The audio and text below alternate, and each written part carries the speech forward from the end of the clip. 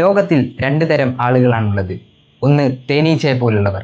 തേനീച്ച എന്താണ് ചെയ്യുന്നത്? അത് നല്ലതിലേക്ക് മാത്രം ആകർഷിക്കപ്പെടുകയും നല്ലത് മാത്രം ശേഖരിച്ചു വയ്ക്കുകയും മാത്രമല്ല അത് ശേഖരിച്ചു വെച്ച നല്ല കാര്യങ്ങൾ മറ്റുള്ളവർക്ക് ഉപകാരപ്രദമാവുകയും ചെയ്യുന്നു. രണ്ടാമത്തെ തരം ആളുകൾ മണിയനീച്ചയെ പോലുള്ളവരാണ്. മണിയനീച്ച എന്താണ് ചെയ്യുന്നത്? അത് വളരെ വൃത്തിഹീനവും അർപ്പുള്ളതുമായ സാഹചര്യങ്ങളിൽ പോയിരിക്കുക മാത്രമല്ല അത് മറ്റുള്ളവരിലേക്ക് പകർത്തുകയും ചെയ്യുന്നു. തേനീച്ചയെക്കുറിച്ച് നമുക്കറിയാവുന്നത് പോലെ അത് ശേഖരിച്ചു വെച്ച തേൻ ആരും മോഷ്ടിക്കാനോ കവർന്നെടുക്കുവാനോ അത് അനുവദിക്കുന്നില്ല.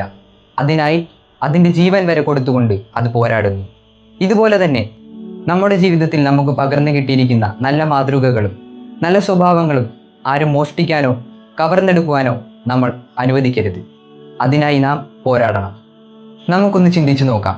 ഞാൻ തേനീച്ചയെ പോലുള്ളൊരു വ്യക്തിയാണോ അതോ മണിയനീച്ചയെ പോലുള്ള ഒരു വ്യക്തിയാണോ? ഇന്ന് നിങ്ങൾ ചിന്തിക്കുകയാണെങ്കിൽ, ഓ, ഞാൻ മണിയനീച്ചയെ പോലുള്ളൊരു വ്യക്തിയാണല്ലോ, തെറ്റായ കാര്യങ്ങളിലേക്ക് മാത്രമാണല്ലോ ഞാൻ ആകർഷിക്കപ്പെടുന്നത്. നിങ്ങൾ വിഷമിക്കേണ്ട. ഇന്ന് തന്നെ നല്ലതിലേക്ക് മാത്രം ആകർഷിക്കപ്പെടുന്ന ഒരു വ്യക്തിയാവാം.